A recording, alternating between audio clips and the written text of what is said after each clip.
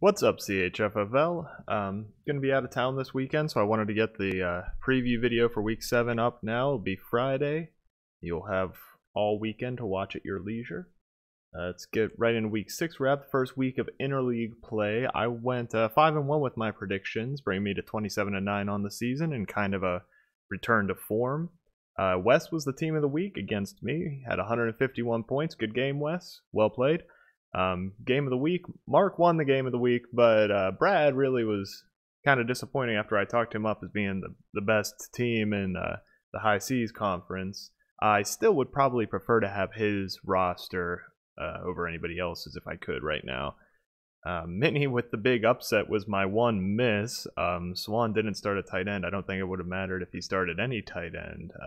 Stephon Diggs going absolutely off, and the conferences split the wins 3-3, despite there being a lot of thought that they're mismatched. I think right now teams in the high seas are kind of trending up, particularly Grant and Parker, and some teams in the Toontown have been struggling. So I do think that the Toontown is still the stronger conference right now, but I don't think it's as far of a spread as it was at the beginning of the season.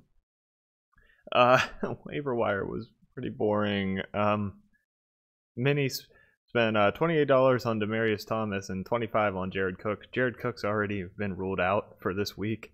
Neither of these guys had, any other bids. So there were some like $1 and $2 bids, but I didn't cover them because whatever. All right. Let's start with the matchups previews. No, this is Patrick versus Captain Phillips. Minnie coming off that huge week. For Max, Danny Dimes getting his weapons back. Evan Ingram should be back. I don't know if Sterling Shepard is going to play or not, and then Saquon Barkley, of course. Minnie needs a tight end because Jared Cook is hurt, and whoever his other tight end is that he had before is on bye. I'm taking Max here. I'm going to dare Minnie to burn me 2 weeks in a row. I don't think he will. Let's see. Next, the Hillwood Football Heads versus my Windfall Island Nittany Lions. McManus, Swan's kicker, and -1 on Thursday. Say what? Saquon is back. And Christian McCaffrey's on a bye. Swan does have a big advantage over me in quarterback and tight end, though, but I'm going with myself here. I feel like I could end up regretting this. The -1 at kicker makes me feel really good. I could end up being like, if you can get like a 10 or 12 point difference in your kicker, that can be the balancing of the scales. But this will be a really close game, though. Good luck, Swan. Let's see. Next, Lola gives me a Chubb versus Blackbeard's Trading Company. Parker got 21 from Tyreek Hill on Thursday, and Mark is missing potentially a lot. Well, definitely Chubb and OBJ with the Browns on a bye, and then Amari Cooper is questionable for the game. I think between those two factors, Pa has this one to get the upset over Mark, who's been a better team on the year, and Parker really making an aggressive move on me for first place in the high seas, especially if he gets this win. Next, we have Alvin in the championships versus the Salty Sea Dogs. Brad needs a bounce back, and Wes has seemed to find his pace.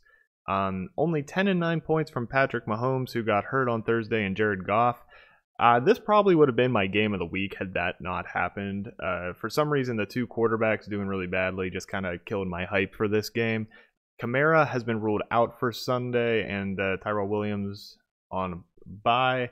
I'm taking Brad. I think he does bounce back, and I think with no Kamara and no advantage in the Mahomes-Goff matchup, I just think Brad can take this one. Next, Buzz Lightyear versus the Megalodons. Gurley's back for Roy this week after missing last week, but Juju and Chris Godwin are both on a bye. Hollywood Brown likely out for Marty. I think with the missing players, Roy has more depth to compensate. If you look at Marty's team, it looks really thin right now. Also, you kind of see a theme this week in general with bye weeks hurting people and injuries hurting people. I'm taking Roy. And finally, the game of the week. Not a flashy matchup, but I do think it's the most interesting. Shaggy got Scooby Doo versus the butt-touching Booty Bandits. Missing a T in butt-touching. Stan is going to be missing James Conner, and Grant's missing Mike Evans on a bye, which I think kind of balances each other out. Yeah, this season both of them have kind of been disappointing.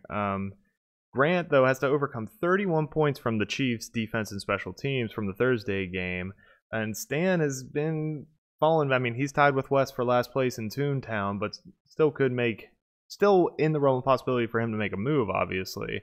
I'm taking Stan. I think he's too far ahead, and looking at his matchups, I think it's close. I think this is going to be a close game. I think both teams could have a really good week.